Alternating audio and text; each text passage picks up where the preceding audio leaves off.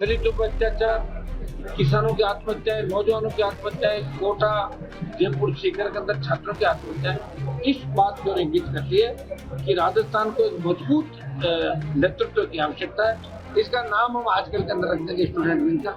फिर भी मैंने सपोर्ट किया देवली नरेश का कि भाई नरेश को वोट दें सोशल मीडिया के माध्यम से। सीएम सरकार चुनाव उस समय था, सोशल मीडिया के माध्यम से मैंने सपोर्ट किया कि मैं बुराइयों के साथ हूँ, मैं रावण के पक्ष में हूँ, मैं टेलीफोन को रिसीव लगा के मजाक मोदी को श्रद्धांजलि 25-30 उनके अलग पड़ा रखा। वो कह रहे भजन लाल के चुटकुले कोई सुनते हैं और वो उसमें हंसते रहते हैं। पूरा प्रदेश सीएम पे हंस रहा है। चुनाव होते हैं आम सभा, जिसमें आंतरिक जो हमारा ढांचा संगठन का, इसके अंदर 3 साल में चुनाव कराने जरूरी होते हैं और हमारे चुनाव आज संपन्न हुए। आम सभा के मेंबर्स के अलावा राजस्थान के कोने कोने से आरपी परिवार, प्रमुख नेतागण, हमारे पूर्व विधायक, वर्तमान पालिका प्रधान, चेयरमैन, सब लोगों को हमने आमंत्रित किया। चुनाव के अंदर मुझे वापस राष्ट्रीय अध्यक्ष चुना गया पार्टी का। नगर चूरू और बीकानेर के नौजवानों की भावनाओं को देखते हुए बहुत बड़ी रैली और उस दिन पूरे प्रदेश में अलग अलग कार्यक्रमों का मेन हमारा फोकस रहेगा बीकानेर 29 अक्टूबर को। इस रैली का निर्णय भी सब लोगों को लिया गया। बाकी जितने भी मुद्दे राजस्थान के अंदर चल रहे हैं वो हमारे आंदोलन, जिस तरह लगातार आंदोलन हमारे के अंदर गैंगवार की घटनाएं जो राजस्थान में हुई, जिस तरह कुचामन के अंदर व्यापारी रमेश दुलानिया गोली मार हत्या कर दी गई और जो क्रिमिनल इस बात की सुपारी जिन्होंने सोशल मीडिया पर डाला, हमारी कोशिश रहेगी कि राजस्थान सरकार दिल्ली सरकार से बात करके इंटरपोल के माध्यम से उन सारे आरोपियों को जो आए दिन राजस्थान में व्यापारियों को परेशान कर रहे हैं, सीएम को लगातार राजस्थान में धमकियां मिल रही है, इससे बड़ा दुर्भाग्य नहीं हो सकता। तो गृह मंत्री यहाँ आ रहे हैं एसपी कलेक्टर कॉन्फ्रेंस को उद्घाटन करने।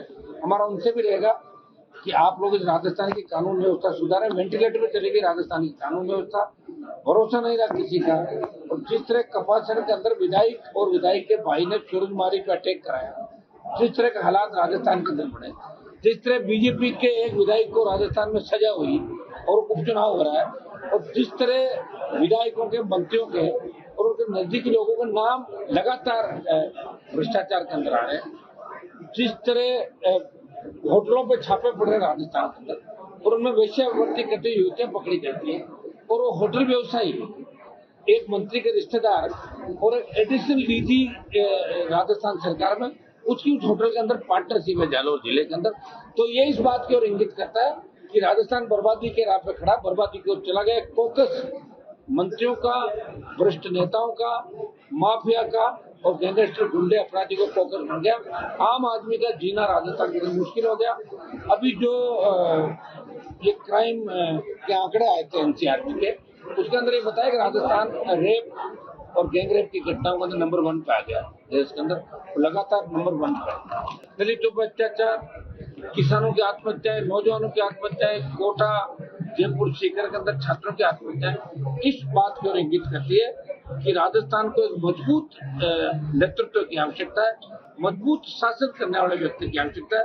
भजन लाल जी जो हंसी के पात्र बन गए, जिनके नाम से शीघ्र ही चुटकुलों की किताब जारी होने वाली है, भजन लाल के चुटकुले, शीघ्र मार्केट के अंदर ऐसी अगर किताबें सीएम के नाम के आने लग जाए तो इससे आप अंदाज लगा सकते हो कि राजस्थान किस दिशा से होता है। वैसे आरएलपी की जो आगे की कार्यकारिणी है, जो जिला स्तर की कार्यकारिणी, उसको लेकर देखिए, हम आगामी प्रदेश अध्यक्ष को लेकर थोड़ा सा अभी मामला हमारे बैठ नहीं रहा है, कुछ लोगों से बात चल रही है और हम चाहते हैं प्रदेश अध्यक्ष ऐसा व्यक्ति बने जो आखिरी दम तक हमारे साथ रहे, क्योंकि जिस तरह छोड़ छोड़ के कई लोग भागे थे, तैयार हमने किए और भागे दूसरी पार्टियों के अंदर। तो इन बातों को हमें विशेष रूप से ध्यान रखना है कि वातावरण खराब नहीं हो। और प्रदेश अध्यक्ष का नाम, बाकी नाम हमने करीब करीब चिन्हित कर लिए। जिलाध्यक्ष हमारे करीब करीब फाइनल हो गए 41 जिलों के, और हम एक बार जिलाध्यक्षों की और प्रदेश अध्यक्ष और पूरी टीम की घोषणा एक साथ करेंगे। बाकी फिर वो समन्वय स्थापित करके जिलाध्यक्ष, प्रदेश अध्यक्ष, दूसरे एक हम युवा मोर्चा के अध्यक्ष की घोषणा करेंगे, यूथ का अध्यक्ष होगा, एक हम नया स्टूडेंट विंग आरजेपी पार्टी ने घोषणा करी है जो अपने स्टूडेंट विंग राजस्थान के अंदर बढ़ाएगी पहले, उसके बाद आवश्यकता पड़ती है दिल्ली और अन्य प्रांतों के अंदर भी स्टूडेंट विंग हमारी बहुत फॉलो हो रही है देश के अंदर, तो वहाँ भी काम करेंगे। इसका नाम हम आजकल के अंदर रख देंगे स्टूडेंट विंग का। किस नाम से हम स्टूडेंट विंग का गठन करते हैं, ताकि आगामी छात्र चुनाव बीजेपी हो तो मजबूती से राजस्थान में लड़ सके। एक हमारा महिला मोर्चा होगा, जो दूसरे मोर्चे पहले हमारे थे उसी हिसाब से और अन्य मोर्चे प्रपोज बना के हम जल्दी इसकी घोषणा इसी माह के अंदर करेंगे। और 29 की जो हमारी रैली होगी वो एक राजस्थान को नया संदेश देगी, और उस रैली से आपको लगेगा कि राजस्थान का जवान किसान क्या चाहता है। और रैली बड़ी ताकत के साथ नौजवान अपने अपने हिसाब से रैली बीकानेर लेकिन पंचायत चुनाव आज की पार्टी मजबूती से राजस्थान में लड़ेगी। समान विचारधारा वाले दल जो कांग्रेस बीजेपी के खिलाफ है उनके साथ हमारे अलायंस भी हो सकते हैं राजस्थान में। सर, आरएलपी का जिस तरह से नया ढांचा खड़ा हो रहा है, क्या लग रहा है जो पहले जो लोग थे जो चले गए, अब रिफाइंड लोग जो बचे हैं, उसके साथ राजस्थान में किस तरीके की नई शुरुआत और पूरे राजस्थान, क्योंकि आगामी कई चुनाव आ रहे हैं, पंचायती राज, नगर निकाय, किस प्रकार की चुनौतियां देंगी आरएलपी? देखिए, आना जाना तो बना रहता है। तो कांग्रेस छोड़ के बीजेपी, बीजेपी छोड़ के कांग्रेस, बीजेपी छोड़ के हमारे पास आए कांग्रेस, ये आना।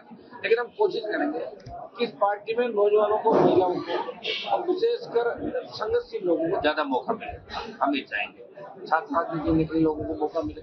हाँ, अगर कांग्रेस बीजेपी में कोई अच्छे नेता को सम्मान नहीं मिल रहा है तो कई लोग हमारी पार्टी ज्वाइन करना चाहते हैं, उनको भी वैसे लोगों को निश्चित रूप से मौका देंगे जिनकी बेदाग छिपी हो, जिन पे करप्शन के आरोप नहीं लगे, जो कोई माफियाओं से नहीं मिला हो, ऐसे लोगों को हम निश्चित रूप से पार्टी में जोड़ेंगे। और रिफाइंड करने के बाद हमारी जो इस बार की कार्यकारिणी आएगी वो अच्छी कार्यकारिणी, जिसमें वकील भी होंगे, पत्रकार भी होंगे, कई तरह के लोग, अलग अलग तरीके के बड़े लोग होंगे, वो कार्यकारिणी के अंदर आप देखेंगे। एक सर, अभी जो उपचुनाव है उसमें आरएलपी की क्या भूमिका रह सकती है? जनता में चुनाव होने का उम्मीद है जनता के उपचुनाव को लेकर एक बार हम बात कर रहे हैं। हमारा मकसद यही रहेगा कि कांग्रेस और भाजपा को रोकने मामले में, तो जैसा बातचीत चल रही है आजकल के अंदर, उसका फैसला हम करेंगे कि अंता में हमारा निर्णय क्या होगा। क्योंकि आरएलपी का बहुत बड़ा वोट बैंक अंता के अंदर नहीं है, तो लेकिन हम ये चाहेंगे कि कांग्रेस रोके, भाजपा रोके और तीसरी ताकत अंता में खड़ी हो। इसको लेके हम तमाम जो दल है दूसरे कांग्रेस बीजेपी, उनसे बातचीत करके नया उम्मीदवार उतारने का प्रयास करें। सर, नरेश मीणा भी आपकी तरफ उम्मीद की नजरों से देख रहे हैं, क्योंकि कांग्रेस ने तो उनको अलग थलग पटक दिया है, बीजेपी का वो साथ मैं तो देवली उड़ियारा के अंदर उसको चुनाव लड़ना चाहता था, अगर लड़ लेता चुनाव जीत जाता, फिर भी मैंने सपोर्ट किया देवली उड़ियारा में नरेश का कि भाई नरेश को वोट दें सोशल मीडिया के माध्यम से। तो सीएम सरकार चुनाव उस समय था, सोशल मीडिया के माध्यम से मैंने सपोर्ट किया। एक बार उनसे भी बात कर लेंगे। सर, आंध्रा के चुनाव में क्या नरेश मीणा आप पार्टिसिपेट करना चाहेंगे? अभी तक कोई बात नहीं है, अभी कोई बात नहीं, बात करेंगे आजकल के अंदर। अभी तो फार्म भरने की 14 तारीख है।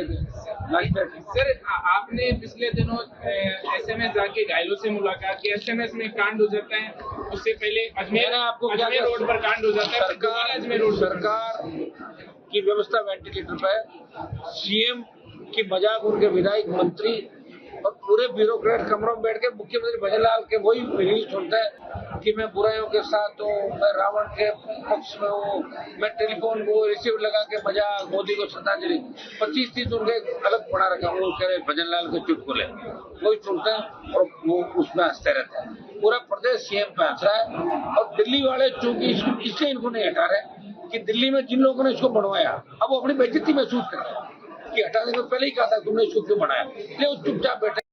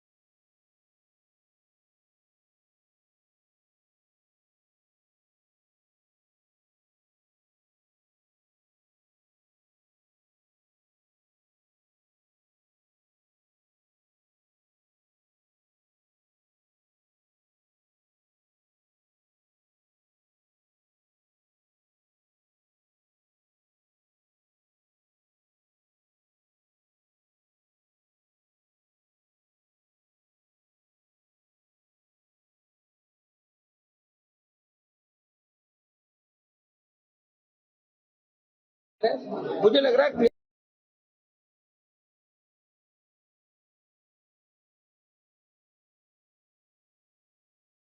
चुनाव के बाद बदल देगा राजस्थान के अंदर। कोई खुश नहीं थे, न तो दिल्ली खुश है, न आमजन खुश है, न इनका खुद का समाज खुश है, और न दूसरे समाज खुश है, न युवा खुश है, उन्हें राजस्थान अभी चुनाव को लेकर वसुंधरा राजे और सीएम साथ में मिले, तो उसको क्या कहना चाहेंगे? वो तो इसलिए आए ना भाई, वसुंधरा के इलाके का चुनाव है, तो ये वसुंधरा के गले में डालना चाहते हैं, और वसुंधरा इनके गले में डाल के वसुंधरा जी क्यों चाहेगी चुनाव जीते? वो तो चाहेगी ना बीजेपी हारे, तभी तो उनका चांस बनेगा। और ये फिर आपस में बैठ कर एक दूसरे के या गले की फांस कैसे बने, इसलिए साथ वहाँ पे गए। ऐसा कई मामलों में देखा गया कि आरएलपी ने विपक्ष की भूमिका निभाई विधायक नहीं होने के बावजूद। तो जो विपक्ष की पार्टियां होती है वो आमतौर पर एकजुट होकर ही सत्ता के खिलाफ लड़ाई लड़ती है, तो यह कुछ मामलों में कांग्रेस थोड़ी अलग थलग दिखी। दिल्ली में लड़ी ना हमने लड़ाई, दिल्ली में इंडिया अलायंस के साथ ही हम वहाँ लड़ रहे। राजस्थान की कांग्रेस तो खुद गुटों में बटी, खुद ही एकजुट नहीं था, हम कहाँ से होंगे उनके साथ बताओ। अभी कुचामण करना तो कांग्रेसी नेता बैठे थे ना, मैं जब गया था जयपुर में सर एक मीडिया संस्थान पर हमला किया गया है, उसको लेकर देखिए, मीडिया संस्थान पे हमला करने का किसी को अधिकार नहीं, और जिन गुंडों ने हमला किया मैं उसकी भर्त्सना करता हूँ, चाहे कोई भी हो, कानून से बड़ा नहीं। और मैं तो ये भी कहना चाहता हूँ, जिस तरह की छूट आपने दे रखी है कि ये सेना बन गई, वो सेना बन गई, सेना तो एक ही भारतीय सेना